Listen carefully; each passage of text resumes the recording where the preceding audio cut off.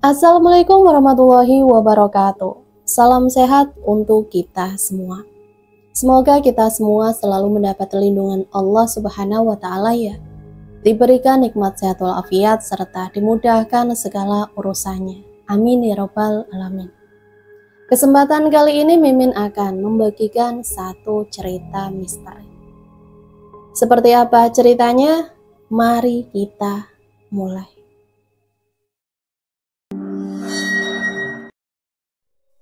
Alhamdulillah, sampai juga di rumah baru. Selamat datang untuk kalian semua. Senyum yang merekah di bibir Mbak Sila membuat kami semua ikut merasakan kebahagiaannya. Ya, kami baru saja menginjakan kaki di rumah baru, hasil jerih payahnya sendiri. Ia berhasil menjadi konten kreator di channel YouTube. Hampir 5 tahun ia menggelutinya, dan sekarang bisa menikmati kerja kerasnya itu. Ia sengaja membangun rumah di dekat pantai dan pegunungan yang belum banyak dihuni orang. Semua itu dilakukan untuk memudahkannya dalam berkreasi. Tidak perlu jauh-jauh mencari latar belakang yang indah. Cukup di sekitar rumah saja sudah mendapatkannya. Mungkin selama seminggu kami sekeluarga menginap di rumah barunya ini. Mbak Sila pun baru pertama kali menginjakan kakinya di rumah ini. Karena kesibukannya dan tempatnya lumayan jauh dari rumah orang tua kami, ia belum sempat datang. Hanya memantau lewat temannya yang mengurus pembangunannya. Ia pun harus menyelesaikan pekerjaannya terlebih dahulu sebelum benar-benar pindah. Alhamdulillah, bagus banget rumahmu, Sil. Ibu mengagumi setiap sudut ruangan yang ada. Rumah barunya ini memiliki desain bergaya modern dan memiliki 2 lantai. Ruangan yang didominasi oleh nuansa putih membuat orang yang tinggal di dalamnya semakin merasa betah. Suasana yang damai dan sejuk akan semakin memudahkan Mbak Sila mendapatkan ide yang cemerlang. Alhamdulillah Bu, ini berkat doa Ibu juga. Seminggu ini nikmatin suasana yang ada di dalam rumah ini. Setelahnya baru deh aku akan memulai proyek bersama teman-teman di sini. Ratu, ini kamarmu. Di pojok sana kamar Randy. Ayah sama ibu di bawah. Kamar Mbak yang paling besar ada di bawah. Kalau kalian sudah pada pulang, kamarnya akan dipakai sama teman-teman Mbak nantinya. Di sebelah sana, kantor untuk mengedit kontennya. Mbak Sila menunjuk sesuai ruangan yang ia maksud. Ayo dek, kita turun sekarang. Mbak Sila mengajak Ratu dan akhirnya mereka tidak lagi terlihat oleh mataku. Kalau lama-lama di sini tentu betah. Enak gini suasananya. Aku bergumam sambil duduk melihat bentangan laut yang sangat mendamaikan hati. Saat sedang asik menikmatinya, telingaku justru mendengar langkah kaki seseorang yang melewati ruangan ini. Aku pun bergeming menajamkan pendengaran ini. Ya, memang ada seseorang yang sedang berjalan-jalan di luar sana. Apa Ratu yang ada di sana? Aku segera bangkit untuk memastikannya. Setelah sampai di ambang pintu, bola mata ini bergulir melihat di setiap sudut ruangan. Namun ternyata tidak ada orang selain diriku di lantai ini. Ratu, apa kamu belum turun? Aku mencoba mencari tahu, namun sepi, tidak ada tanda-tanda seseorang bersama aku di sini. Lalu langkah itu milik siapa? Akhirnya aku melangkah menuju ke kamar Ratu yang bersebelahan dengan kantor. Ratu, aku memanggilnya setelah membuka pintu kamar, tetapi di sana tidak ada siapapun. Aku mengerutkan kening.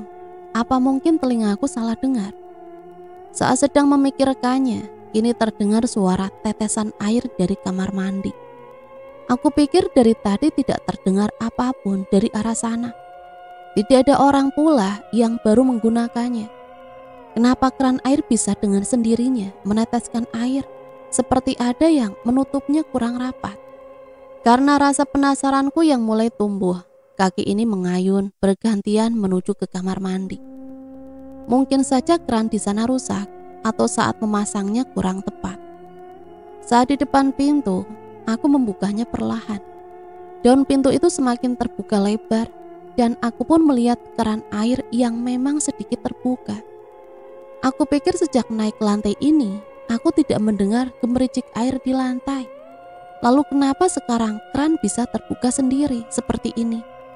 Atau mungkin Mbak Sila atau Ratu mencuci tangan di sini dan lupa menutupnya dengan rapat? Ya, hanya itu kemungkinan yang paling masuk akal. Aku pun pergi ke sana untuk menutupnya dengan sempurna. Saat akan berbalik badan, dari ekor mata terlihat sosok seperti bayangan hitam yang sedang memperhatikanku dari balik pintu. Seketika itu pandangan ini kulempar ke arah tersebut untuk melihatnya secara langsung. Namun lagi-lagi tidak ada siapapun. Pasti aku kelelahan ini, mendingan tidur dulu deh. Pada dasarnya aku ini bukan seorang penakut. Jadi menurutku saat mengalami hal aneh seperti ini hanya karena efek kelelahan saja. Aku tidak langsung menyangkut pautkan dengan hal yang berbau mistis. Tentu karena aku tidak terlalu mempercayai hal semacam ini. Ditambah saat ini masih terbilang pagi, mungkin baru pukul 10-an. Kaki ini melangkah ke kamarku selama tinggal di rumah ini. Tempatnya tidak terlalu jauh dari kamar mandi. Sebelum memasuki kamar, aku melihat sekelebat bayangan hitam memasuki kamar Ratu. Kini aku tak mempedulikannya karena menganggap diriku yang sudah sangat membutuhkan istirahat agar tidak mengalami halusinasi lebih parah lagi. Aku sudah di dalam kamar dan pintu sengaja tidak ditutup.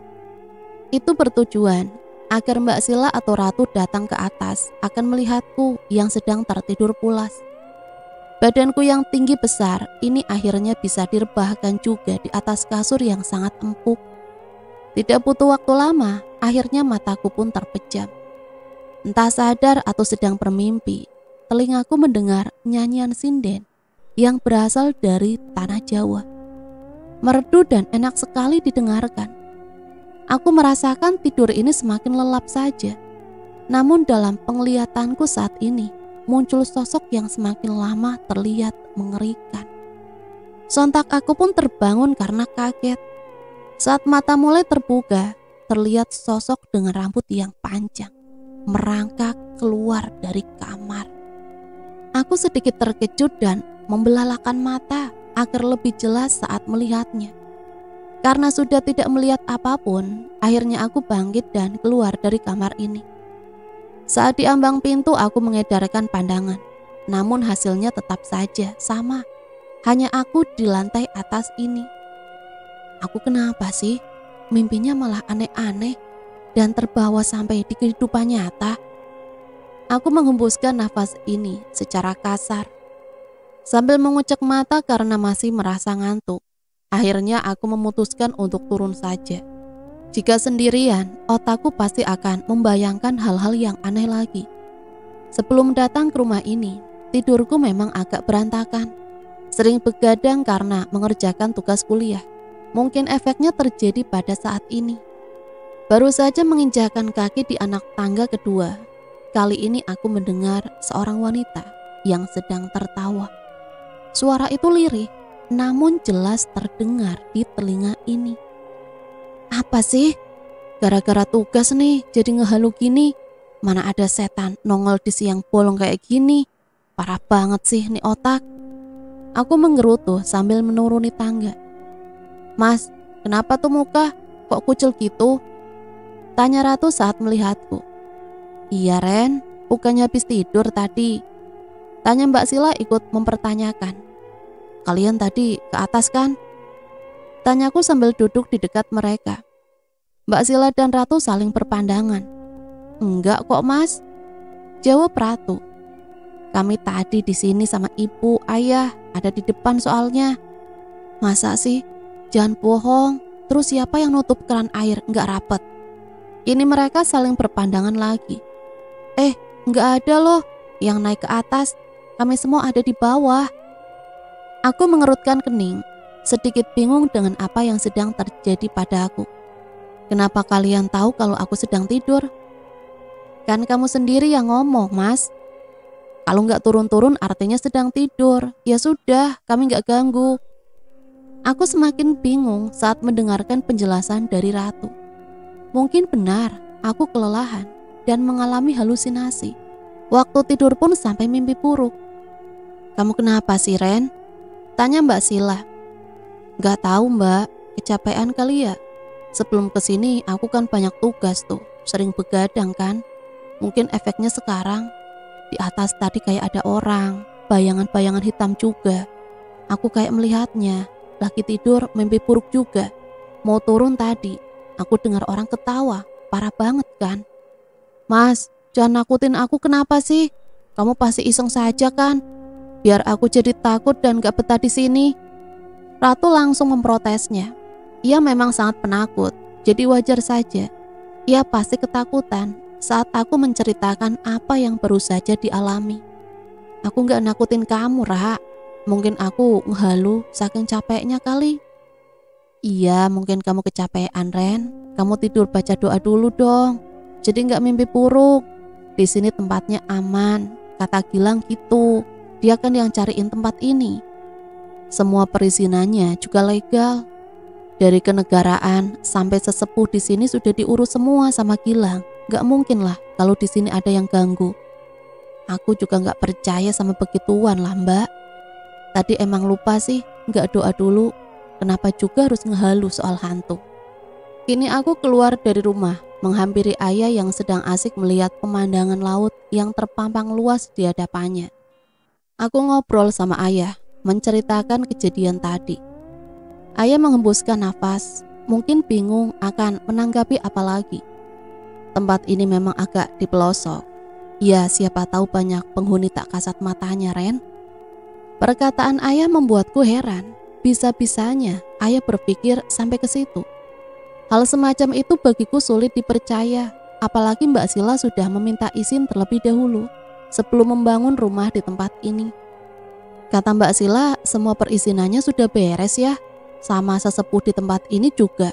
Kayaknya tempat ini sudah nggak ada penunggunya atau apalah itu ya.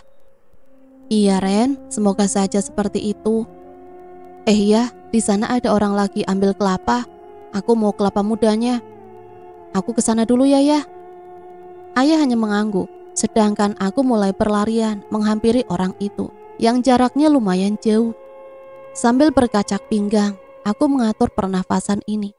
Ternyata ngos-ngosan juga berlari dari rumah Mbak Sila sampai ke tempat ini. Kebetulan seorang laki-laki berkulit gelap karena sengatan matahari itu sudah selesai mengambil buah kelapanya. Maaf Pak, apa aku boleh beli kelapa mudanya? Kataku dengan sopan. Orang itu hanya melihatku tanpa menjawab apa-apa. Pak, maaf, apa boleh membeli kelapa mudanya 5 buah saja? Aku kembali mengulanginya lebih jelas lagi. Kamu yang tinggal di rumah besar itu kan? Justru orang itu bertanya hal lain kepadaku. Oh iya Pak, kebetulan itu rumah mbakku yang baru selesai dibangun. Memangnya kenapa ya Pak? Tentu aku penasaran kenapa ia menanyakan hal itu. Hati-hati saja tinggal di sana. Lebih baik pulang sebelum terjadi apa-apa. Jawab orang itu seraya mengambil kelapa yang berserakan dan meletakkannya di dalam keranjang. Maaf Pak, maksudnya gimana ya? Mbakku sudah membeli tanah di tempat itu dan membangun rumah di sana. Kenapa kami disuruh pulang? Rumah itu dan tanahnya kan hak miliknya mbakku. Intinya kalian harus segera pergi dari sana. Kalau memang kalian mau baik-baik saja, aku hanya memperingatkan saja. Selebihnya terserah kalian saja. Dia menyerahkan 5 buah kelapa muda kepadaku. Alasannya apa Pak? Aku mengambil kelapa muda itu yang sudah dirangkai sedemikian rupa, sehingga gampang membawanya meski terasa sedikit berat. Lebih baik kalian meninggalkan tempat itu. Orang itu sudah bersiap memikul kedua keranjang yang sudah terisi buah kelapa. Apa alasannya? Kenapa kami harus meninggalkan rumah itu Pak? Aku masih berusaha menanyakan, namun orang itu justru berjalan memasuki pepohonan yang rimbun tanpa mempedulikan ocehanku. Pak, tunggu Pak, ini belum dibayar. Namun ia tetap berjalan semakin menjauh. Aku hanya berdecak dan merasa bingung dengan perkataan yang orang itu sampaikan. Maksudnya apa sih? Informasinya gak jelas banget. Aku bergumam dengan membawa buah kelapa muda di kedua tangan. Lembutnya pasir pantai membuatku tidak mengenakan alas kaki. Deburan ombak yang berulang-ulang menambah suasana nyaman saat berada di tempat ini. Lalu kenapa orang itu justru menyuruh kami pergi? Rasanya menjadi kesal saat mengingat perkataan yang dilontarkan oleh lisannya. Beberapa buah kelapa sudah dikupas sisi bagian atasnya. 3 wanita di rumah ini yang hendak mendapatkannya terlebih dulu. Kini tinggal 2 buah lagi, bagianku dan ayah. Namun mendadak cuaca berubah gelap. Awan hitam mulai berkumpul seperti berkeliling di atas rumah ini. Suara geluduk pun mulai terdengar menggelegar. Sontak kami masuk ke dalam rumah dan menikmati buah kelapa muda di sana. Cuacanya bisa berubah mendadak banget kayak gini ya, padahal mau main-main di tepi pantai, kata Ratu yang asik minum air kelapa muda. Sekarang juga boleh, malah gak panas. Aku mengatakannya sambil tersenyum. Orang paling usil di keluarga ini memang diriku. Ada saja perbuatanku yang menyulut emosi 2 saudara perempuanku itu. Kamu mau adik satu-satumu ini gosong kena sambaran petir? Lihat tuh, geluduk sama petirnya, nakutin gitu. Lagi-lagi adikku itu cemberut. Aku suka melihatnya seperti itu. Iya deh, maaf, aku kan bercanda. Bibirku masih mengembang. Kami bercengkrama di ruang tengah sembari menikmati hujan yang mulai turun dengan derasnya. Apa saja kami bahas. Beberapa kali aku iseng menggoda Ratu dan Mbak Sila. Namun mereka pun berusaha membela diri. Sedang ayah ibu hanya ikut tersenyum melihat anak-anaknya yang saling melontarkan candaan. Ya, keluargaku memang sangat akrab dan terasa hangat saat berkumpul seperti ini. Mumpung belum terlalu malam, aku pun pergi ke kamar mandi untuk membersihkan diri. Aku memilih mandi di atas karena di bawah sedang dipakai Ratu yang sedang mandi juga. Katanya dia takut saat akan naik ke atas sendirian. Ia masih mengingat ceritaku tadi siang. Aku mulai melangkahkan kaki menaiki anak tangga. Mendadak aku menghembuskan nafas, entah apa alasannya. Apa mungkin perasaan takut mulai menjalar di tubuh ini? Ah, buat apa aku takut? Dari dulu aku tak terlalu mempercayai hal mistis seperti itu. Aku memang percaya dengan makhluk gaib, tetapi bukan hantu yang ada di TV. Sampai di atas suasana sangat sepi. Hanya terdengar air yang jatuh menimpa atap rumah. Lampu di sana pun dinyalakan semua, sehingga rasa takut yang mungkin tadi hampir muncul perlahan sirna. Kenapa sih aku malah jadi parno gini? Aku mencari handuk di dalam lemari. Saat sedang fokus, aku merasa ada yang memegang leherku dari belakang. Tentu tanganku langsung menyingkirkannya dan mencari tahu siapa yang melakukan hal itu padaku. Aku menoleh ke kanan dan kiri serta berbalik badan melihat di setiap sudut ruangan ini. Namun tak ada siapapun. Aku hanya berdecak dan bergegas pergi ke kamar mandi. Air yang keluar dari shower mulai membasahi sekujur badan ini. Aku berusaha menikmatinya dan mengusir rasa takut yang mulai tumbuh di dalam perasaan ini. Namun lagi-lagi kejadian aneh terjadi. Beberapa kali lampu di dalam kamar menjadi berkedip hampir mati. Aku tak ingin merasa takut, tetapi aura mistis kian menyelimuti hati dan membuat bulu kuduk ikut meremang. Aku gak boleh takut, aku gak boleh takut. Ini pasti karena cuaca buruk saja. Jadi lampunya berkedip, di bawah pasti sama kok. Sebisa mungkin aku menguatkan diri sendiri dan sengaja memejamkan mata. Aku tidak mau terjadi hal seperti tadi siang. Karena sekarang aku sangat yakin diri ini tak lagi kelelahan. Jika masih mengalami hal yang sama, mungkin apa yang ayah ucapkan adalah kenyataan. Sedangkan hati terdalamku menolak hal mistis seperti itu. Suara air yang keluar dari shower dan air hujan yang turun disertai geluduk sangat mendukung rasa takut ini muncul kembali. Namun aku mencegahnya dan berusaha untuk biasa saja. Perlahan mata ini kubuka agar keberanian di dalam hati muncul kembali. Saat mata terbuka lebar, telingaku justru mendengar suara tawa seseorang. Seketika itu aku pun mengambil handuk dan menyelesaikan mandi. Aku bergegas pergi ke bawah karena rasa takut ini tak bisa lagi terkontrol. Jantungku sangat berdebar dan bulu kuduk merinding. Ren, ngapain lari-larian gitu dari atas? Masih pakai handuk lagi. Kalau baru mandi, harusnya pakai baju dulu baru turun. Nanti masuk angin gimana? Mbak Sila heran saat melihatku berpenampilan seperti itu. Mbak, tadi lampunya berkedip ya? Lagi hujan mungkin ada yang konslet. Aku bertanya hal yang lain.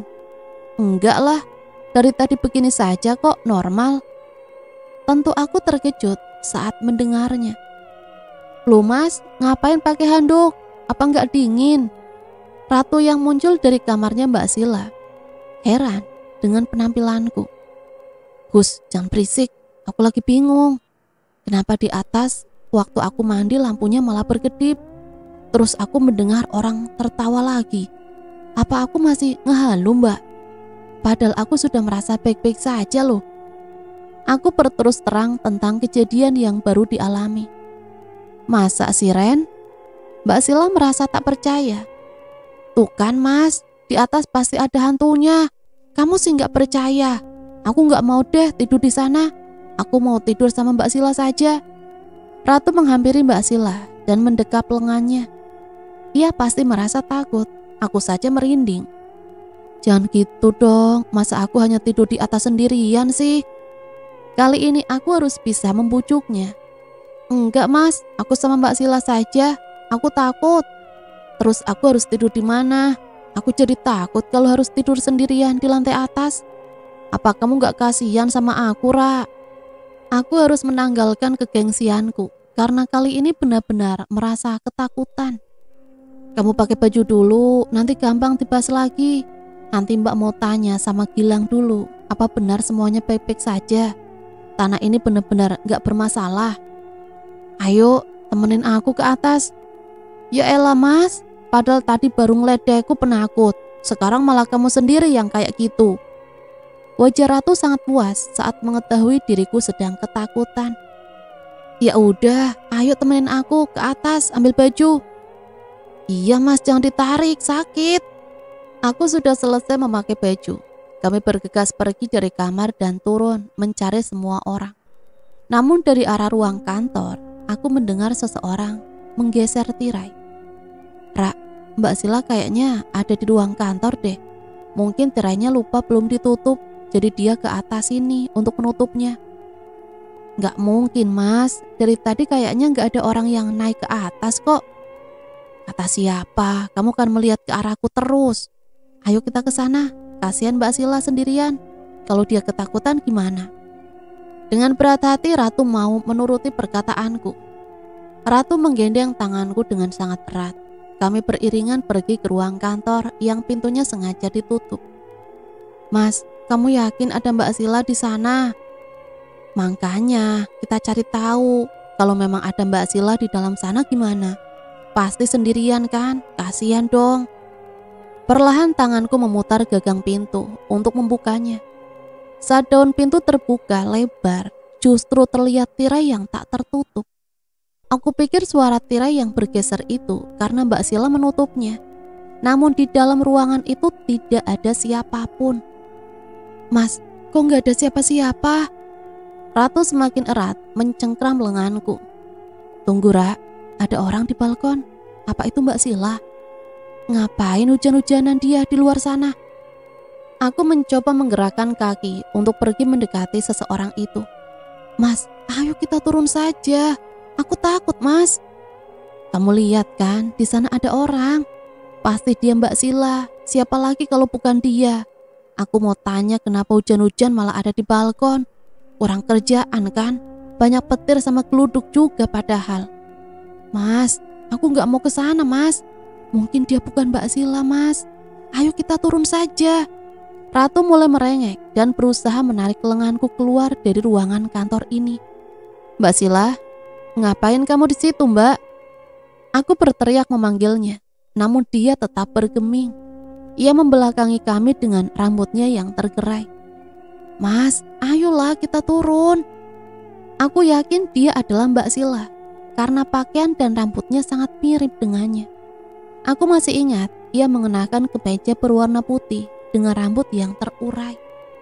Mbak Sila, Ayo masuk, nanti masuk angin.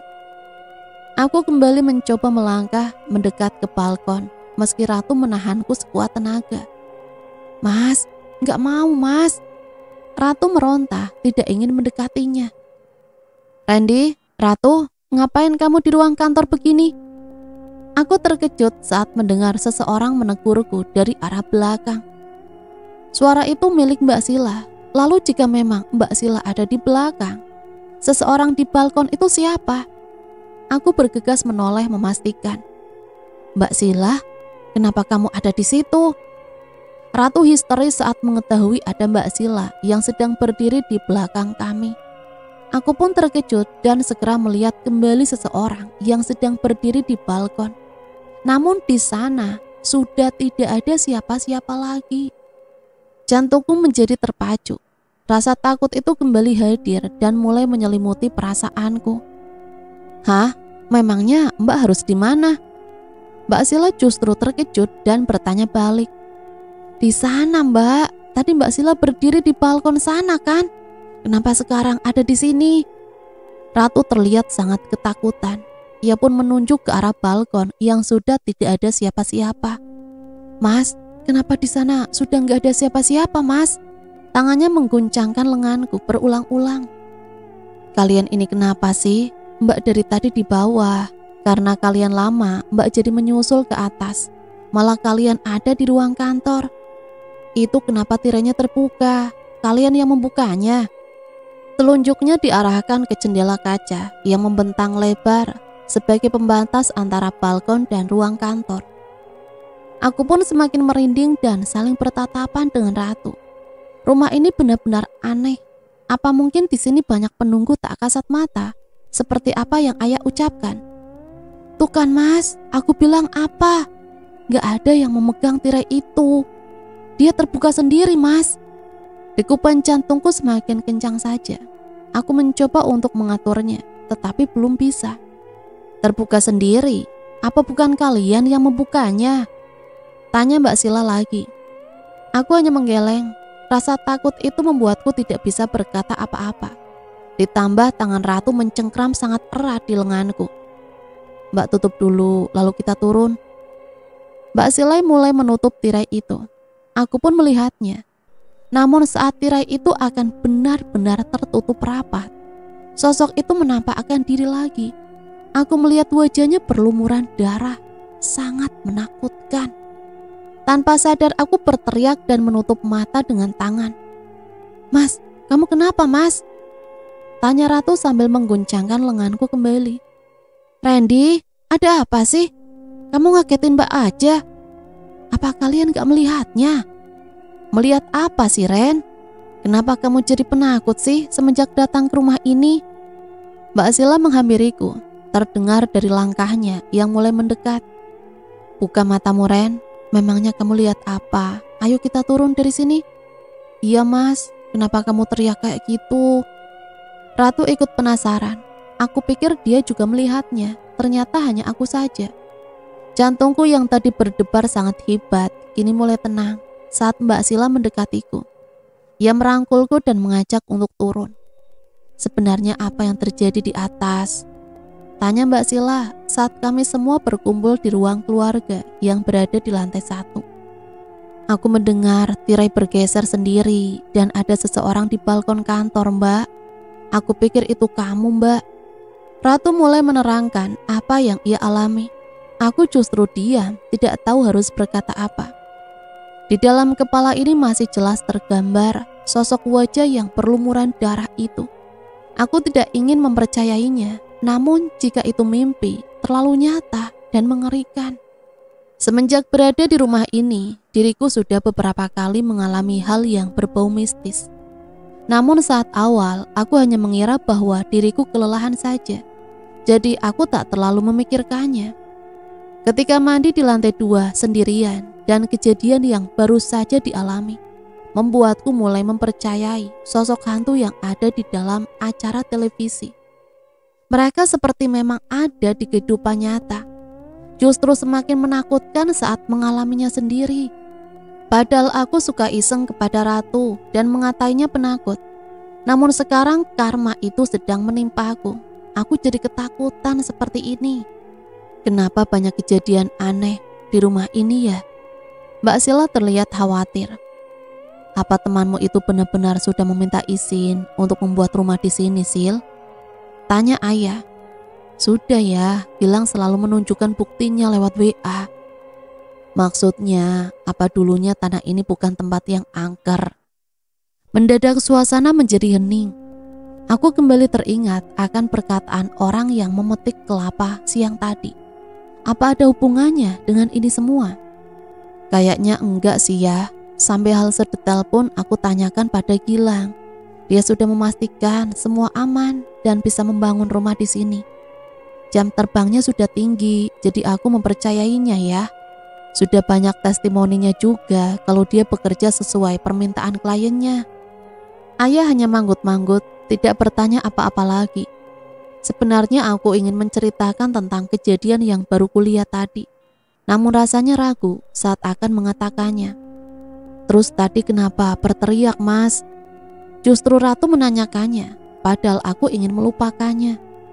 Aku melihat sosok yang berdiri di balkon, Ra. Wajahnya ngeri banget, banyak darahnya. Aku kaget jadi berteriak. Kamu yakin melihatnya, Ren? Ibu bertanya pada aku. Aku yakin melihatnya, Bu. Tapi entah itu nyata atau hanya ketakutanku saja. Mbak Sila, kita harus bagaimana? Nanti kalau kami pulang, apa Mbak akan baik-baik saja? Ratu mencemaskan Mbak Sila. Sebenarnya aku pun sama, tetapi tidak mengutarakannya. Coba aku telepon Gilang lagi deh. Sebenarnya tempat ini dulunya apa? Benar-benar aman atau justru malah tempat angker yang gak boleh diusik dan ditempati? Kenapa Mbak? Apa sinyalnya susah? Tanya aku. Nggak tahu Ren, sinyalnya kuat kok, tapi nomornya nggak bisa dihubungi. Mungkin nggak aktif Sil, kata ibu. Ya Bu, besok aku akan menelponnya lagi. Sekarang kita tidur saja. Kasihan ibu sama ayah, pasti capek. Kalian juga. Tapi Mbak, aku nggak mau tidur di atas. Iya, kalian bisa tidur di kamar Mbak. Di sana masih luas. Kalian nggak usah tidur di atas. Malam yang semakin larut akhirnya membuatku tertidur juga. Kasur yang ada di kamarnya Mbak Sila cukup luas, jadi kami bertiga bisa tidur bersama di kasur tersebut. Tentu aku tidur di pinggiran, Ratu di tengah, dan Mbak Sila di dekat tembok. Dalam keheningan malam, mendadak mataku terjaga. Entah apa yang membuatku terbangun seperti ini. Karena masih terbayang sosok itu, aku pun membenamkan diri ke dalam selimut dan berusaha memejamkan mata sekuat tenaga. Aku tidak mau lagi mengalami kejadian aneh yang membuat jantung ini berdegup kencang. Di dalam selimut aku justru kesulitan tidur. Lolongan anjing liar membuatku semakin berpikir macam-macam. Aku pikir mempunyai rumah di tempat seperti ini akan mendamaikan hati. Nyatanya, justru timbul ketidaknyamanan. Apalagi seharian ini banyak kejadian aneh yang terjadi pada hidupku. Aku merasa tidak ingin berlama-lama tinggal di sini. Benar apa kata orang itu, lebih baik segera pergi dari tempat ini sebelum terjadi sesuatu yang buruk. Seharusnya kalian tidak tinggal di sini. Kalian mengusik tempat kami. Kalimat itu mendadak terdengar oleh telingaku. Suaranya pun parau dan mengerikan. Aku pun semakin menenggelamkan diri ke dalam selimut. Sebenarnya siapa sih pemilik suara itu? Mulutku berkemat-kamit membaca doa sebisaku. Nafas ini sudah tidak bisa diatur lagi. Aku bagaikan dikejar sesuatu yang membuat dadaku terasa semakin sesak. Sebenarnya tanganku yang berada di dalam selimut ingin meraih lengan Ratu. Namun karena ketakutan yang luar biasa, aku tidak bisa berbuat apa-apa. Jika nanti ada sosok di dekatku dan mengetahui tanganku bergerak, apa mereka tidak akan melakukan apapun terhadapku? Tentu saja aku menyaksikannya. Dalam keheningan malam yang masih ditemani oleh rintik hujan, membuat suasana semakin mencekam. Kenapa juga aku harus terjaga sendirian seperti ini? Sepertinya detik ini aku sudah menjadi orang yang sangat penakut. Sampai-sampai penciumanku mengendus bau anyir dan kembali teringat tentang sosok wanita itu. ingin menepisnya, namun tak bisa. Seharusnya kalian tidak membangun rumah di tempat kami. Suara itu kembali terdengar dan diiringi oleh sesuatu yang menghantam tembok dengan keras. Tiba-tiba terdengar suara teriakan. Teriakan itu mirip seperti suaranya Mbak Sila. Apa yang terjadi sebenarnya? Meski demikian, aku masih bersembunyi di dalam selimut. Rasa takut itu sudah mematriku. "Mbak, ada apa ini?" Kembali terdengar orang yang berteriak. Kini suara itu adalah milik Ratu. Dia mengguncangkan badanku. "Mas, bangun mas. Aku takut. Ada banyak hantu di kamar ini mas," ucapnya sambil terisak. Dengan mengumpulkan semua keberanian yang ada, akhirnya aku menyembulkan kepala dari balik selimut. Namun anehnya, kejadian yang baru saja terdengar dan kualami tidaklah nyata. Mbak Sila dan Ratu masih tertidur pulas dengan selimut di badannya. Mereka tidur menghadap ke tembok. Nafasku semakin terengah-engah saat mendapati kedua saudaraku masih bergeming dan terlelap dalam mimpi indahnya. Jadi apakah aku hanya berhayal saja? Aku pikir semuanya kenyataan. Aku terpaku, ingin bergerak rasanya begitu sulit. Aku merasakan ada banyak sosok yang sedang memperhatikan. Bau anyir itu pun semakin kuat menusuk hidung. Temaramnya lampu di dalam kamar ini sangat mendukung ketakutan yang sedang menjalar di sekujur tubuhku. Padahal kedua saudaraku sedang tidur tepat di depan mataku. Namun badan ini seperti patung yang sulit digerakkan. Tangan ini seperti tak bertenaga saat ingin menggapai mereka. Suara geluduk yang terdengar oleh telinga semakin meruntuhkan keberanian ini. Saat kilatan petir terjadi, di balik tirai tergambar bayangan sosok berambut panjang. "Ah, apa itu?" Sontak aku pun menutup mata. Terdengar seperti ada benda yang terjatuh ke lantai di belakangku. Lagi-lagi aku tak mau menoleh untuk melihatnya. "Apa kau orang yang telah mengusik tempat kami?" Suara itu terdengar kembali dan membuatku semakin ingin kabur dari sini. Namun tak bisa. Andai saja kepalaku tetap disembunyikan di dalam selimut, pasti tidak akan terjadi hal menyeramkan seperti ini. Tadi jelas-jelas ada suara teriakan dari kedua saudaraku, dan Ratu menggoncangkan badan ini. Tentu saja aku takut terjadi hal buruk pada mereka. Ternyata mereka masih tertidur sangat lelap. Apa yang terjadi padaku sekarang ini? Dengan memendam rasa takut yang luar biasa, aku mencoba menutup mata agar bisa terlelap tidur dan melupakan kejadian ini. Namun semakin mencoba untuk memejamkannya, perasaan takut kian menyelimuti. Tiba-tiba aku merasa ada tangan yang memegang pergelangan kaki. Tangan itu terasa dingin seperti es. Seketika itu aku pun menyingkirkannya. Namun tangan itu justru semakin erat mencengkram dan mencoba menarik kakiku. "Lepas!" Aku berteriak sekencang-kencangnya. "Apa kau orang yang mengusik tempat kami?" Pertanyaan yang sama terdengar kembali. "Lepaskan! Mbak Sila, Ratu, bangun! Tolong aku!" Tentu saja aku merontak ketakutan. Namun saat memanggil kedua saudaraku, mereka seperti tidak mendengar apa-apa. Mereka bergeming dan masih lelap tertidur. Aku pun bingung dengan keadaan yang terjadi sekarang ini. Seketika badanku kini terjatuh ke lantai. Punggung terasa sakit. Pasti yang terjadi sekarang ini adalah kenyataan. Bukanlah sebuah mimpi buruk. Nyatanya aku merasa kesakitan karena terjatuh dari kasur. Namun aku tak tahu siapa yang sudah menarikku. Hanya merasa ada tangan yang dingin seperti es memegang kakiku. "Mbak Sila, Ratu, bangun, tolong aku!" Aku berteriak lagi, mencoba membangunkan mereka. Namun tetap saja sunyi. Sesuatu terjatuh di wajahku. Aku mengusapnya dan melihat bekasnya di telapak tangan. Benda apa yang telah membasahi pipi? Diriku sangat terkejut saat mengetahui ada noda merah di sana. Ya, darahlah yang jatuh di wajahku. Mata ini seketika terpejam karena takut melihat sesuatu yang ada di atasku. Perlahan aku pun menggerakkan badan dan mengubah posisi dari terlentang menjadi tengkurap. Aku belum siap melihat semua hal ganjil yang akan terjadi di depan mata ini. Apa yang sebenarnya terjadi padaku? Kenapa Mbak Sila dan Ratu diam saja? Apa mereka nggak mau menolongku? Rasa putus asa mulai merasuki batinku. Aku bingung harus berbuat apa lagi. Ingin bangkit pun tak kuasa. Takut, aku benar-benar ketakutan. Apa kau yang telah mengusik tempat ini? Suara itu terdengar lagi. Siapa yang berkali-kali bertanya seperti itu? Apa dia hantu? Iya, sepertinya begitu. Lalu aku harus melakukan apa?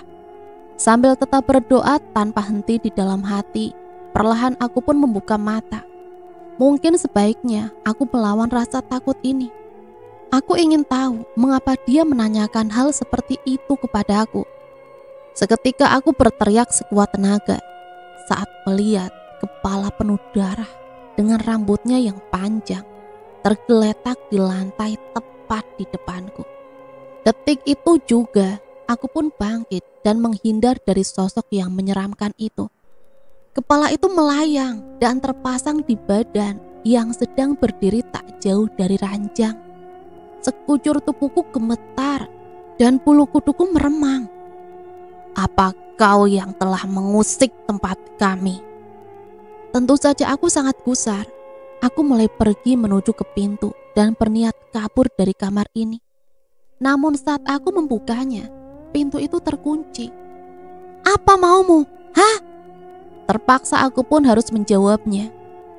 Kenapa kau mengusik tempat kami? Tempat yang mana? Aku gak pernah melakukan apa-apa terhadap kalian. Jangan ganggu kami. Rumah ini, kenapa kalian mendirikannya di tempat kami? Apa maksudmu? Jangan ganggu kami. Rumah ini sudah mendapatkan izin dari berbagai pihak. Kalian seharusnya tidak mengusik kami. Tempat ini adalah milik kami. Kalianlah yang mengusik kami. Pergi dari sini sebelum kalian terluka. Pergi, kalian harus pergi. Jangan usik kami. Aku mengatakannya dengan keras dan berharap sosok itu pergi dari hadapanku. Randy, bangun Ren, ada apa? Ada seseorang yang kini memanggilku. Aku pun terperanjat dan mencoba untuk bangun. Ren, ada apa sih Ren? Kenapa kamu teriak-teriak kayak gitu sih? Tanya Mbak Sila lagi. Mbak, kita harus segera pergi dari sini Mbak. Aku baru saja bertemu sama sosok itu Mbak. Tempat ini milik mereka Mbak. Kamu mimpi buruk Ren? Enggak Mbak, aku enggak bermimpi. Itu kejadian nyata. Kita harus segera pergi dari sini. Sholat subuh dulu sana Ren. Nanti kita bahas lagi soal mimpimu itu.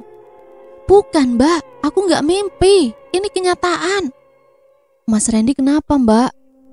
Kayaknya mimpi buruk Ra. Dia mengigau, teriak-teriak gitu. Aku enggak mimpi Mbak. Ini kenyataan. Mas, sholat dulu sana. Sudah siang loh. Ratu ikut menyuruhku untuk menunaikan ibadah terlebih dahulu. Aku pun bangkit dari kasur dan pergi ke kamar mandi. Aku sedikit bingung dengan apa yang terjadi semalam. Aku sangat yakin kejadian itu adalah nyata. Ada rasa sakit yang masih tertinggal di punggung ini saat terjatuh dan hidungku mencium bau anyir yang sangat menyengat. Tentu semua itu bukanlah mimpi buruk. Setelah menunaikan ibadah, aku melangkah menuju ke tempat keluargaku berkumpul. Mereka berada di ruang makan. Ren, sebenarnya apa yang terjadi? Kamu mimpi buruk kan? Tanya Mbak Sila saat dirinya sudah selesai memasak. Aku gak mimpi buruk Mbak. Semua memang nyata. Kita harus segera pergi dari sini Mbak. Semua yang duduk di meja makan itu tercengang mendengar ucapanku. Tatapan mereka terlihat aneh dan keningnya mengernyit. Kamu ngomong apa sih Ren? Siapa yang marah? Ayah ikut bertanya. Makhluk halus yang jadi penghuni tempat ini ya. Kita harus segera pergi dari sini sebelum terjadi apa-apa. Kemarin waktu aku membeli buah kelapa muda sama penduduk di desa ini, dia mengatakan kalau kita harus segera pergi dari tempat ini. Awalnya aku merasa aneh dan ingin marah. Tanah dan rumah ini kan punya Mbak Sila. Kenapa orang itu malah ngomong kayak gitu? Tapi setelah mengalami sendiri kejadian itu tadi malam, sekarang aku yakin apa yang dibicarakan oleh orang itu memang benar. Kita harus segera pergi sebelum ada yang terluka. Mungkin ayah benar. Tempat ini banyak penunggu tak kasat matanya. Aku mengalaminya tadi malam. Randy, sebelum membeli tanah di sini, Mbak sudah mempercayakan pada Gilang. Dia pasti nggak asal memberikan tempat yang bermasalah. Jam terbangnya sudah tinggi. Mana mungkin akan mengecewakan Mbak dengan memberikan tanah yang angker. Kamu pasti bermimpi buruk saja, Ren. Tapi Mbak, Gilang sudah mengangkat teleponnya. Di loudspeaker ya, biar kita mendengarkan semua penjelasan darinya. Mbak Sila memotong ucapanku, padahal aku sangat mengkhawatirkan kondisi kami semua. Jika nanti apa yang diucapkan oleh sosok itu memang kenyataan, apa kami akan baik-baik saja? Hidupku menjadi tidak tenang. Halo Sil, ada apa pagi-pagi gini sudah telepon aku? Enak dan nyaman kan tinggal di rumah barumu? Suara laki-laki terdengar dari ponsel milik Mbak Sila. Iya, alhamdulillah sampai detik ini aku merasakan kenyamanan. Oh bagus dong kalau gitu. Ngomong-ngomong, ada apa nih? Gini, aku mau tanya tentang tempat yang digunakan untuk membangun rumahku. Apa semua sudah kamu urus dengan baik, Lang? Gimana maksudmu ini? Rumahmu sudah jadi kan itu? Masa iya? Tanah yang ditempati masih belum kuurus semua? Sudah beres semuanya, Sil. Surat-suratnya sudah ada di tanganmu juga kan? Iya memang, tapi bukan itu yang aku maksud, Lang. Lalu apa, Sil? Sudah kuberitahukan semuanya kepadamu kan? Ada banyak foto yang kukirim waktu melakukan semua tugasku kok. Iya, Lang, maksudnya apa tempat ini nggak angker? Kamu sudah menyelidikinya juga kan? Kamu nggak usah khawatir, sesepuh di tempat itu sudah mengurus semuanya. Di pekarangan kosong pasti ada saja penghuni tak kasat matanya, Sil. Tapi rumahmu itu sudah aman. Sesepuh itu sendiri yang menjaminnya. Waktu ritual memang nggak boleh ada kamera yang menyorotnya. Jadi aku nggak punya bukti apa-apa. Kalau mau kita pergi saja ke rumah sesepuhnya saja. Oh gitu. Soalnya kata Randy tempat ini nggak aman. Kita disuruh pergi dari sini biar nggak ada yang terluka. Aku jamin aman, Sil. Kalau mau kita mastiin langsung saja sesepuh yang ada di situ. Nanti aku main ke rumahmu deh. Aku sempat berharap Mbak Sila akan menerima tawarannya itu. Gilang harus bisa memegang ucapannya agar keluargaku baik-baik saja. Ia harus membuktikan bahwa sesepuh itu memang sudah meritualkan tempat ini sebelum ditinggali. Kayaknya nggak usah deh, Lang. Kamu pasti sibuk. Mungkin saja apa yang dialami Randy hanya mimpi buruk saja. Sejak awal Randy datang ke sini sikapnya memang aneh. Maaf ya mengganggu waktumu. Mbak, kenapa malah menolaknya? Aku pun memprotesnya detik itu juga. Mbak Sila hanya meletakkan telunjuk di bibirnya. Dia menginginkanku untuk diam saja. Enggak, Sil, aku malah senang kalau bisa membantumu. Aku nggak mau kalau klienku merasa nggak nyaman dengan hasil kerjaku, Sil. Aku nyaman banget kok. Di sini enak, pemandangannya juga bagus. Aku berdecak kesal mendengar percakapan di antara mereka. Padahal Ratu juga pernah mengalami hal yang aneh di rumah ini. Kenapa Mbak Sila tidak mempercayainya? Apa harus aku mengalaminya sendiri lebih dulu? Aku bangkit dan pergi menjauhi mereka. Randy, mau kemana, Ren? Tanya Mbak Sila ingin mencegahku. Keluar, Mbak. Jawabku ketus sambil terus berjalan tanpa menoleh ke arahnya. Aku duduk dengan tatapan lurus memandang ke depan, melihat laut yang berwarna biru serta ombak yang terus menemaninya. Andai saja rasa resah di dalam hati ini ikut tergulung oleh ombak di lautan sana, pasti perasaanku tak segunda sekarang ini. Aku harus apa? Apa aku harus pergi sendiri meninggalkan tempat ini? Itu nggak mungkin. Kalau terjadi apa-apa sama mereka gimana? Aku nggak mau kalau semua itu terjadi. Sebenarnya Gilang tahu atau enggak tentang asal-usul tempat ini? Aku jadi penasaran. sama sesepuh itu. Apa benar dia sudah mengusir penghuni yang bersemayam di tempat ini? Lalu tadi malam siapa yang mendatangiku? Aku nggak mau kalau terjadi kayak tadi malam lagi. Ngeri banget. Itu nyata, bukan mimpi. Banyak sekali tanda tanya yang mengendap di kepalaku. Namun saat ini aku hanya bisa menggerutu saja. Percuma saja jika seandainya aku mengutarakan pendapatku kepada mereka. Aku sudah bisa menebak bahwa mereka tidak akan mempercayainya. Membuatku tambah gregetan saja. Dari kejauhan aku kembali melihat orang yang waktu itu memberiku kelapa muda. Tiba-tiba aku pun mendapatkan ide untuk menanyakan sesuatu hal kepadanya. Aku tidak mau kehilangan jejak orang itu. Seketika itu pun aku bangkit dari tempat duduk dan berlari menuju ke tempat orang itu berada. "Pak, tunggu Pak, jangan pergi dulu." Aku berteriak sekuat tenaga saat melihat orang itu bergegas pergi masuk ke rimbunya pepohonan yang ada di sana. Orang itu pun bergeming sambil melihatku. "Iya Pak, di situ saja dulu, jangan pergi, sebentar lagi aku sampai." Sambil ngos-ngosan akhirnya aku sampai juga di hadapannya. Aku sangat berusaha untuk mengatur nafas ini agar bisa cepat-cepat mengutarakan pertanyaanku. "Kamu belum pergi dari tempat itu. Orang-orang macam kalian memang ngeyel. Kalau sudah merasakan sendiri, baru tahu rasa." Orang itu justru memakiku lebih dulu. Nafasku masih tersenggal-senggal. Sebenarnya aku sudah tak sabar ingin menanggapi perkataan orang itu. Namun keadaan ini tidak berpihak kepadaku. Tenagaku hampir habis karena berlarian di atas pasir. "Ada apa kamu memanggilku?" "Aku mau tanya sesuatu sama Bapak. Tolong jawab semuanya ya Pak," kataku sambil berkacak pinggang, masih mengatur nafasku. "Tentang rumah itu Pak." "Iya, kalian lebih baik pergi dari sana." "Apa memang tempat itu angker Pak?" "Pak, tolong jelaskan semuanya kepada aku Pak." "Iya, tempat itu sangat angker.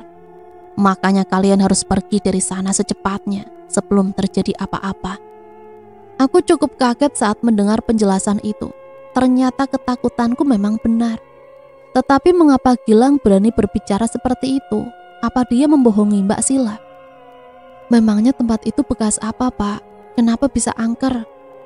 "Di sana bekas kuburan. Tapi kuburan itu sudah tidak digunakan lagi. Sudah nggak ada yang merawatnya." "Apa Pak? Kuburan?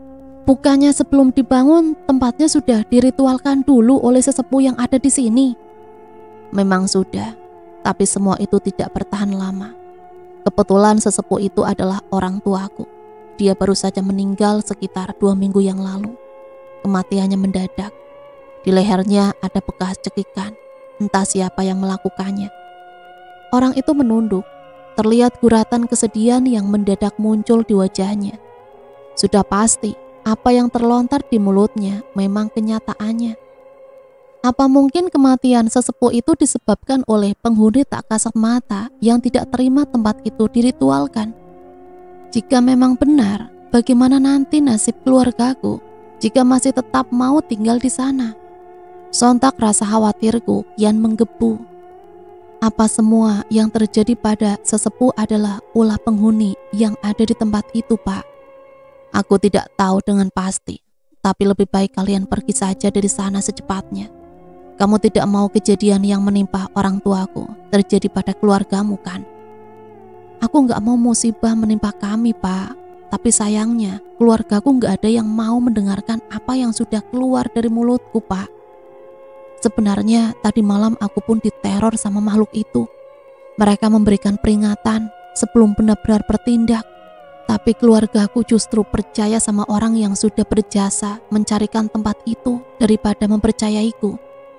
"Kamu sudah pernah didatangi oleh para sosok itu? Kamu gak apa-apa?" Tanyanya khawatir. Aku pikir orang itu tidak mempedulikanku. Ternyata setelah saling bercerita, dia lebih lunak dan menunjukkan sisi baiknya. "Alhamdulillah aku baik-baik saja Pak. Sekarang aku hanya mengkhawatirkan keluarga aku Pak. Bagaimana caranya biar mereka mempercayai perkataanku? Gara-gara Gilang, mereka gak percaya ucapanku. Apa mungkin Gilang sudah tahu dari awal asal-usul tempat itu ya Pak?" menurut Bapak gimana? Gilang? Gilang itu siapa? Dia orang yang mengurus segalanya tentang tempat dan pembangunan rumah mbakku itu, Pak. Menurutku seharusnya orang itu mengetahui semuanya. Tapi mbakku sudah memegang surat-surat tanah itu, Pak. Sedangkan mbakku nggak mempermasalahkan apapun. Pasti di dalam surat itu sudah ada keterangan yang jelas tentang tanah dan rumahnya itu. Seharusnya orang yang kamu maksud itu mengetahui semua asal-usul tanah itu. Dan mbakmu seharusnya sudah mendapatkan penjelasannya juga. Kecuali ada yang sengaja tidak jujur dan tidak memberitahukan semua yang seharusnya disampaikan. Jadi aku harus mencurigai Gilang. Lebih baik mencari kebenarannya dan segera pergi dari sana. Atau pergi dulu baru mencari tahu masalah itu. Keselamatan kalian lebih penting. Lakukan sebelum ada yang terluka. Jangan sampai nasib mereka sama seperti bapakku. Hanya seperti itu pesan yang bisa aku sampaikan. Aku harus pulang ke rumah, masih ada pekerjaan lain yang harus dikerjakan. Aku hanya menganggukkan kepala. Orang itu akhirnya pergi dari hadapanku. Kini aku hanya bisa merenung sendiri, memikirkan apa yang seharusnya dilakukan. Ren, kamu dari mana? Jalan-jalan, Mbak. Kamu marah ya? Iyalah, Mbak, aku marah. Kenapa kalian gak percaya dengan perkataanku? Malah mempercayai Gilang. Bukan begitu, Ren, tapi ceritamu gak masuk akal. Kami seharusnya mendengar kalau kamu memang diganggu oleh makhluk itu. Dan saat terjatuh dari kasur, Mbak gak mendengar apa-apa sampai subuh, Ren. Aku mendengus. Mbak Sila tetap menganggapku bermimpi buruk dan membela Gilang. Aku tak terima disebut seperti itu dan ingin menjelaskan lagi. Namun sepertinya sia-sia jika mereka belum merasakannya sendiri. Mbak, ajak Gilang ke sini. Biarkan dia menginap semalam saja di rumah ini. Aku mohon, Mbak. Di pikiranku mendadak ide itu muncul. Loh, ngapain ajak Gilang menginap di sini, Ren? Dia orang sibuk. Mbak nggak enak, Ren. Takut merepotkan. Kalian nggak percaya kan sama perkataanku? Siapa tahu Gilang mengalami kejadian yang sama kalau dia tidur di sini, Mbak. Kalian percayakan sama dia? Aku mohon, Mbak, kali ini saja. Setelahnya, aku gak akan meminta hal yang aneh-aneh lagi sama Mbak. Randy, kamu kenapa jadi kayak gini sih? Gilang orang sibuk, Ren. Masa Mbak harus memintanya tidur di rumah sini sih? Mbak Sila berdecak dan tangannya mulai mengambil ponsel. Melihatnya seperti itu, aku pun sangat bahagia. Dia akan menuruti permintaanku. Tangannya beberapa kali menyentuh benda pipi itu dan meletakkannya di telinga. Mbak, di loudspeaker. Pintaku, dia pun menjauhkan ponsel itu dari daun telinganya. Halo Sil, ada apa ya? Kenapa kamu telepon lagi? Iyalah, maaf ya, aku pasti mengganggumu lagi. Enggak kok Sil, penasaran aja. Kenapa kamu menghubungiku lagi? Apa kamu mau diantar ke rumah sesepuh itu? Bukan Lang, bukan masalah itu. Lalu apa? Begini Lang, berhubung nanti malam ada pesta kecil-kecilan di rumahku, aku mau kamu datang ke sini. Kamu sudah sangat berjasa untukku. Kalau berpesta tanpa mengundangmu, kayaknya aku merasa sangat bersalah deh. Kamu bisa menginap semalam di rumah ini Lang, gimana? Aku menangkap perasaan tidak nyaman yang tergambar dari raut wajah Mbak Sila. Namun akhirnya dia menyampaikan keinginanku itu kepada Gilang. Semoga semua berjalan lancar. Wah, pesta nanti malam ya? Baiklah, kalau itu permintaan khusus darimu. Dengan senang hati aku akan datang ke sana. Sekalian bisa menikmati tempat yang indah di rumahmu. Oke deh, terima kasih ya. Namamu Randy kan? Sapa seorang laki-laki, ia pun menghampiriku. Iya, kamu Gilang yang mencari tempat dan membangun rumah ini kan? Iya benar. Aku banyak mendengar tentang prestasimu dari Mbak Sila. Menurutnya, kamu itu sudah punya jam terbang yang tinggi soal mencarikan tempat tinggal dan membangun rumah. Banyak klienmu yang merasa puas dengan apa yang telah kamu lakukan. Kamu memang hebat. Tempat ini juga bagus banget, rumahnya juga. Aku mencoba sok kenal dengannya. Semua yang ku tahu tentang kebaikannya terlontar begitu saja dari mulut ini. Lama kita berbasa-basi, sampai akhirnya pada pokok pembicaraan. Iya benar, tempat ini memang sangat bagus. Pemandangannya juga indah banget. Oh ya, memangnya dulunya tempat ini apaan sih? Apa hanya pekarangan kosong saja? Kamu kok bisa tahu ada tempat seperti ini? Aku tahu dari teman yang tinggalnya nggak jauh dari sini. Tempat ini dulunya adalah pekarangan. Lalu kami mencari pemiliknya dan mengurus segalanya. Jadi deh rumahnya Sila ini. Bagaimana caranya Gilang tetap menutup rapat-rapat tentang tempat ini yang dulunya adalah kuburan? Apa benar dia tidak tahu apa-apa? Entahlah, aku akan tetap berusaha menyelidikinya. Bukan pekarangan yang angker kan? Atau bekas kuburan yang terbengkalai? Tak sabar lagi rasanya, aku tanyakan saja dan pura-pura polos. Loh, enggak dong, masa bekas kuburan aku tawarkan sama Sila? Gak mungkin lah. Memang benar kalau tempat ini lumayan angker, tapi tenang saja. Semua sudah diatasi oleh sesepuh yang ada di sini.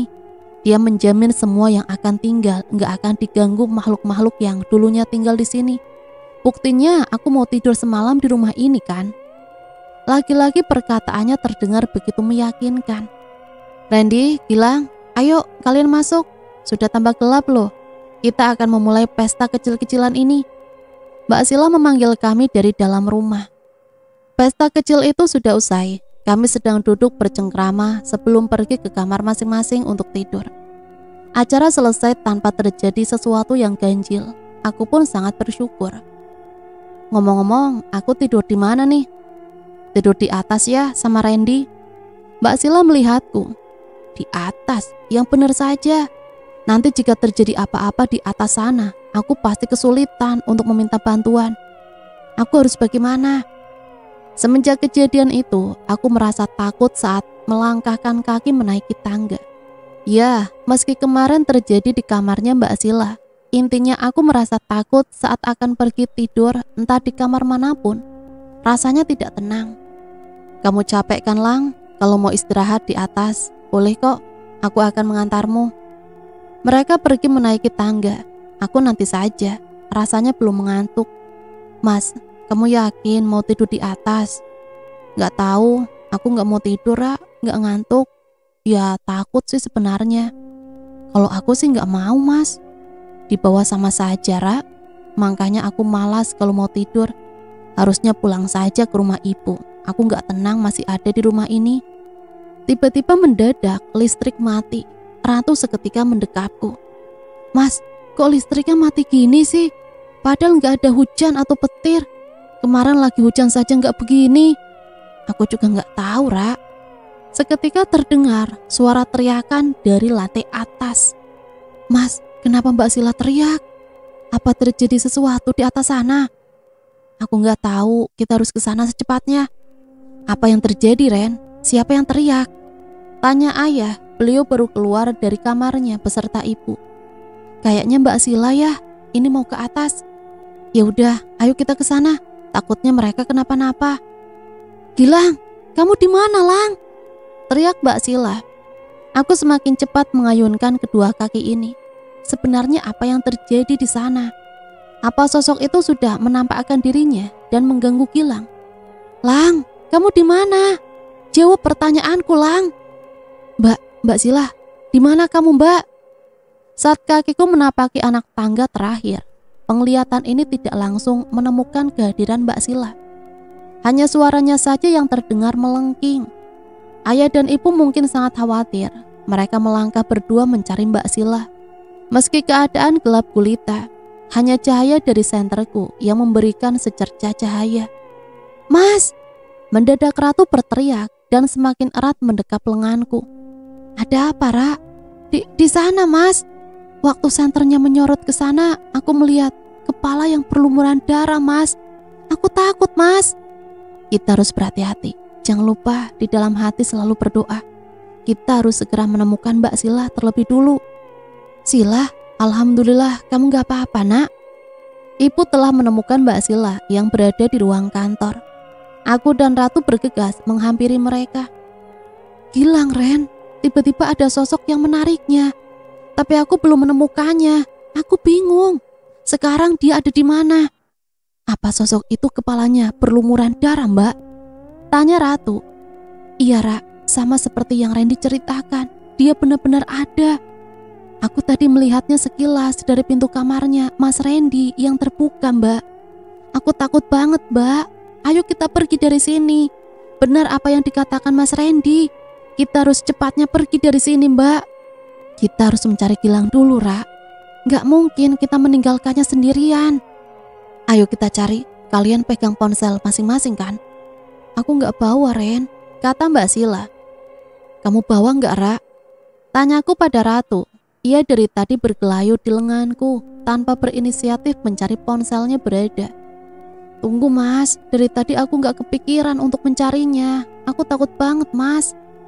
Coba cari dulu, kita harus punya penerangan lain, bukan dari ponselku saja. Tiba-tiba dari arah belakang terdengar sesuatu terjatuh. Itu mungkin Gilang yang sedang ketakutan. Ayo cepat kita ke sana. Tapi ya, aku kira tadi Gilang ditarik ke arah sini ya. Apa mungkin dia ada di sana?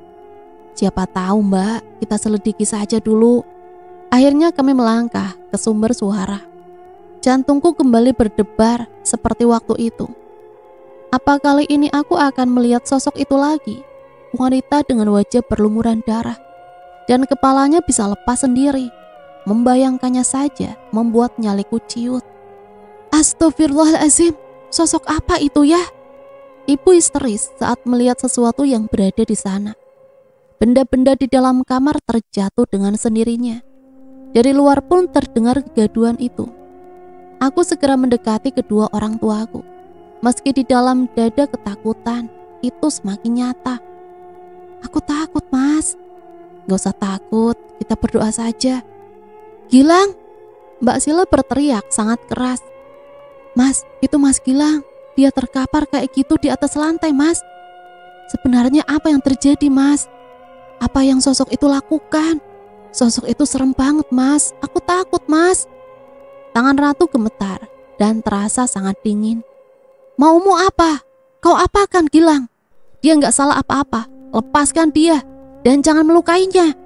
Tanpa kusangka, Mbak Sila dengan berani bertanya langsung pada sosok itu. Sosok menyeramkan itu berdiri tak jauh dari tubuh Gilang. Kepalanya yang dipenuhi darah semakin membuatku enggan untuk melihatnya. Kalian telah mengusik tempat ini. Orang ini yang telah mengganggu kehidupan kami. Sosok itu menjawab dengan suaranya yang menyeramkan. Bukankah dia sudah meminta izin terlebih dahulu? Kenapa kalian malah mengganggunya? Lepaskan dia, jangan menyakitinya. Aku pikir Mbak Sila tadi sangat ketakutan. Kenapa sekarang dirinya menjadi seberani ini? Kurang ajar. Apa kalian mau bernasib sama seperti orang ini? Tersiksa karena kesalahannya. Sosok itu hanya menginginkan Gilang saja. Dia kembali memperingatkan kami untuk pergi. Apa benar Gilang sudah mengetahui asal-usul tempat ini sebelumnya? Sehingga sosok itu kini murka saat tahu Gilang berada di rumah ini. Kesalahan apa? Dia nggak melakukan apa-apa. Namun Mbak Sila tetap berusaha untuk menyelamatkan Gilang yang terlihat masih bernafas. Meski sepertinya sudah tidak berdaya, entah apa yang telah dilakukan oleh sosok itu kepadanya. Kami hanya tahu Gilang sudah terkapar di atas lantai. Gilang terbatuk dan menggeliat kesakitan. Mengetahui hal tersebut, tanpa diduga, Mbak Sila mendekatinya dan mencoba menolongnya. Mbak Sila, jangan ke sana, Mbak, berbahaya. Namun Mbak Sila tidak menghiraukan perkataan Ratu. Ia tetap berusaha menolong Gilang yang terkapar tak berdaya. Jangan sentuh dia, aku peringatkan sekali lagi. Pergi dari sini dan tinggalkan dia bersamaku. Sosok itu kembali mengingatkan. Namun lagi-lagi Mbak Sila tak mempedulikannya. Aku berfirasat setelah ini akan terjadi sesuatu hal buruk yang menimpa keluarga kami. Aku ingin menepisnya, namun firasat itu kian menguat. Apakah Mbak Sila akan tetap menolongnya jika mengetahui Gilang telah berbuat curang kepadanya? Aku yakin Gilang sudah mengetahui asal-usul tempat ini yang dulunya adalah bekas kuburan. Kalau aku pergi, Gilang akan ikut bersamaku. Nggak ada yang akan terluka. Kalian jangan ganggu kami, jawab Mbak Sila pada sosok itu. Ayo Ren, bantu Mbak. Kita semua harus secepatnya pergi dari sini. Lepaskan dia. Aku menginginkannya untuk menebus kesalahannya. Enggak ada yang boleh terluka di sini. Aku akan meninggalkan tempat ini sesuai keinginanmu. Tapi kami semua harus pulang dengan selamat. Kalian jangan mengusik kami. Luar biasa Mbak Sila. Dia bisa seberani ini. Padahal yang dihadapi bukanlah seseorang manusia. Dia berhadapan dengan makhluk dari alam lain yang tak seharusnya saling menyapa. Sedangkan aku hanya bisa diam dengan jantung yang berdegup hebat karena ketakutan. Ayah, ibu, cepat kalian pergi dari sini. Kamu juga Ratu. Ayo Ren, kita bawa Gilang keluar dari tempat ini. Meski merasa ketakutan, aku pun bergegas membantu Mbak Sila untuk memapah Gilang. Ratu yang dari tadi mencengkram lenganku akhirnya melepaskannya dan menghampiri ayah serta ibu. Apa nanti kalian baik-baik saja? Ratu mengkhawatirkan kami sebelum benar-benar pergi. Jangan mencemaskan kami, cepat kalian pergi dari sini. Mbak Sila tegas menyuruh mereka pergi. Padahal aku pun sangat ingin keluar dari sini. Namun aku tidak mungkin meninggalkannya sendiri membawa Gilang yang berbadan tinggi besar itu. Apa kalian ingin membahayakan diri sendiri demi seorang pembohong itu? Sosok itu kini mengeluarkan suara yang menyeramkan lagi. Kami sudah berhasil memapah Gilang dengan susah payah. Karena mendengar perkataan itu, kami berhenti sesaat. Aku pun kaget. Sosok itu mengatakannya. Apa ia ingin membalas dendam kepada Gilang? Pembohong. Gilang pembohong soal apa? Kumohon, jangan ganggu kami lagi. Aku rela meninggalkan rumah baruku ini, asal kalian gak lagi mengusik kami. Biarkan kami pergi. Kini justru terdengar suara tawa yang menyeramkan memenuhi ruangan ini. Apa yang terjadi nanti? Apa kami akan keluar dari sini dengan selamat? Atau manusia serakah itu harus menerima pembalasan yang setimpal? Tiba-tiba ia menarik Gilang yang tak berdaya dengan kasar. Begitu mudahnya sosok itu mengambilnya dari tangan kami, sehingga kami tak bisa mencegahnya. Kini Gilang berada tak jauh dari sosok itu, terkapar dan mengeliat kesakitan di atas lantai. Tanpa pikir panjang, Mbak Sila pun beranjak dari tempatnya berdiri. Ia tak memikirkan keselamatannya sendiri dan ingin menolong Gilang lagi. Mbak, jangan! Cegahku, namun ia tak peduli. Jika kau berani menyentuhnya, artinya kalian akan terluka. Sosok itu kembali memperingatkan kami. Untung Mbak Sila mendengarkan ancaman itu dan menghentikan langkahnya. Sebenarnya apa maumu? Apa yang dilakukan Gilang? Kenapa kau menginginkannya sebagai tebusan? Suara Mbak Sila sangat telantang bagi menantang sosok yang ada di hadapannya. Namun sosok itu hanya tertawa tanpa memberikan penjelasan. Gilang kembali terbatuk. Tolong aku. Kini ia mulai bicara. Mendengar permintaan tolong dari Gilang membuat Mbak Sila kembali melangkah mendekatinya. Aku ingin ikut mendekat, tapi kakiku tak mau bergerak, seperti tertahan oleh sesuatu. Saat Mbak Sila akan menolong Gilang, mendadak tubuhnya yang tak berdaya itu terangkat ke atas. Sungguh tak masuk akal, tetapi terjadi di depan mata. Jangan menolongnya, atau tubuhnya ini akan terhempas lagi ke lantai. Mbak Sila bergeming. Aku berjalan mendekatinya, berusaha membujuknya untuk kembali bersamaku. Dalam keheningan matanya nyalang memandang sosok itu. Di sana ada guratan kebencian pula yang tergambar. Ayo Mbak, kita ke bawah saja. Kamu gila Ren? Mau ninggalin Gilang sendirian di sini?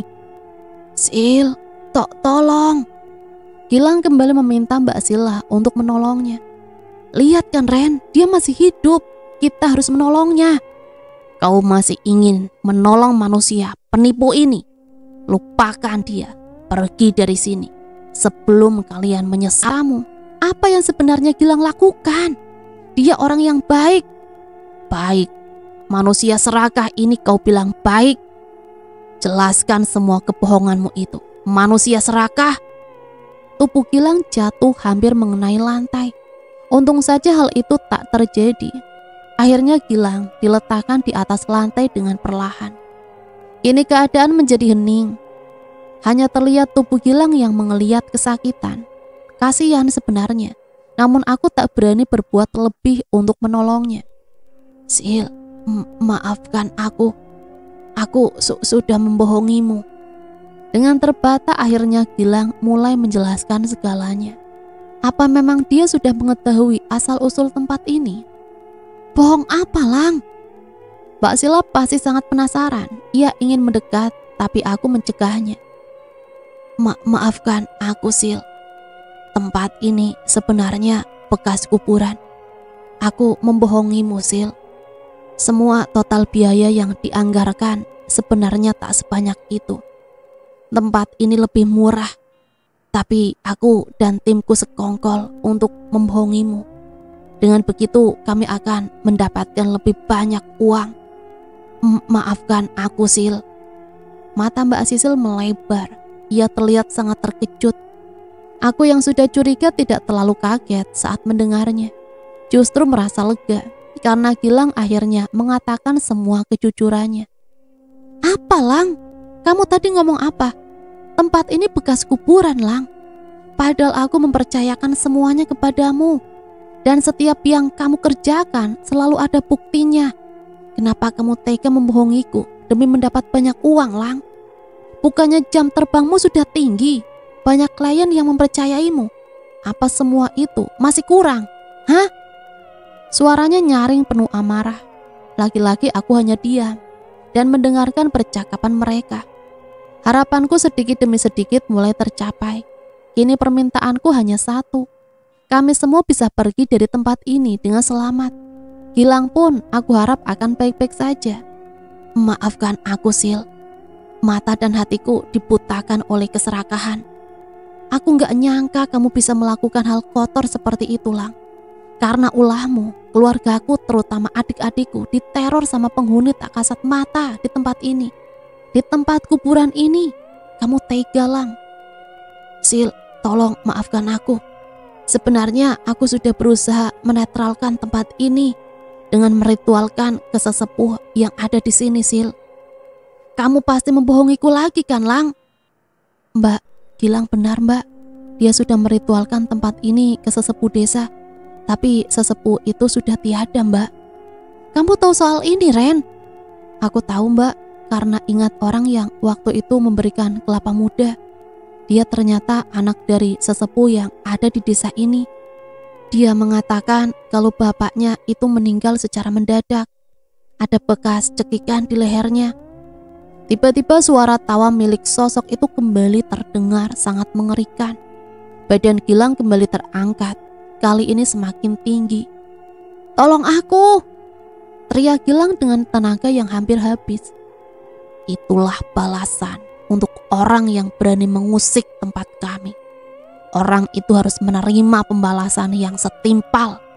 Dan kau manusia serakah, kau juga harus mendapatkan hal yang sama. Kalian pergi dari sini secepatnya, atau justru menginginkan hal yang sama dengan orang ini. Tolong aku, Sil, maafkan aku. Gilang kembali mengiba. Ayo, Mbak, kita harus cepatnya pergi dari sini. Ayo, Mbak. Tapi Mbak Sisil bergeming. Apa kau tak bisa melepaskan manusia serakah itu? Mungkin saja dia mau bertobat. Mbak Sila justru menepis tanganku dan kembali memberikan penawaran kepada sosok itu. Di dalam kamar yang bercahayakan dari senter di ponselku ini dipenuhi dengan suara tawa yang sungguh mengerikan. Memang dari awal jantungku berdegup dengan kencang, namun detik ini aura ketakutannya semakin tebal menyelimuti. Apa sosok itu tidak terima dengan apa yang telah diucapkan oleh Mbak Sila? Dan kami akan diperlakukan sama seperti Gilang. Apa kami bisa selamat? Kenapa Mbak Sila harus berkata seperti itu? Mbak, ayo Mbak, kita pergi saja. Tenang dulu, Ren. Mbak kasihan sama Gilang. Meski dia sudah berbohong, mungkin kalau diberi kesempatan kedua, dia akan sadar. Kalian lebih memilih untuk menolong manusia serakah ini daripada keselamatan kalian. Kalian berdua ingin mati konyol seperti manusia serakah ini. Tolong lepaskan dia. Kau sudah cukup menyiksanya. Biarkan Tuhan yang akan menghukum makhluknya, bukan kita yang sesama makhluk ciptaannya. Kita nggak berhak melakukannya. Mbak, ayo kita turun. Jangan membahayakan nyawa kita, Mbak. Ayah, ibu, dan ratu pasti khawatir kita terlalu lama di sini. Mereka masih membutuhkan kita, Mbak. Untuk yang terakhir kali, tinggalkan tempat ini dan biarkan manusia serakah ini menebus kesalahannya. Kalian orang baik, tidak seharusnya menolong orang yang penuh dosa seperti ini. Pergi sekarang juga. Ancaman itu membuat nafasku tersenggal. Rasa takut yang menusuk menyesakkan dada. Kita harus segera pergi dari sini, Mbak. Atau kalian mau melihatnya mati kesakitan. Ya, apa yang sosok itu katakan ternyata benar. Gilang meronta dan terlihat susah bernafas. Ayo Mbak, kumohon, sosok itu gak main-main. Ayo kita pergi. Mungkin jalan takdir Gilang kayak gitu. Kita harus pergi, Mbak. Kasihan sama keluarga kita yang menunggu di bawah. Dengan susah payah akhirnya Mbak Sila mau mengikuti ucapanku. Gilang semakin tersiksa dan kesakitan karena sosok itu mencekiknya tanpa ampun. Randy, Sila, kalian baik-baik saja kan? Alhamdulillah, Ibu sangat khawatir kalian terlalu lama di atas. Gilang di mana? Sosok itu menginginkan Gilang, Bu. Jawab Mbak Sila. Raut wajahnya penuh kesedihan. Ia pun sepertinya menahan air matanya agar tak tumpah. Ayo kita cari mobil, nanti biar ayah yang mengemudi.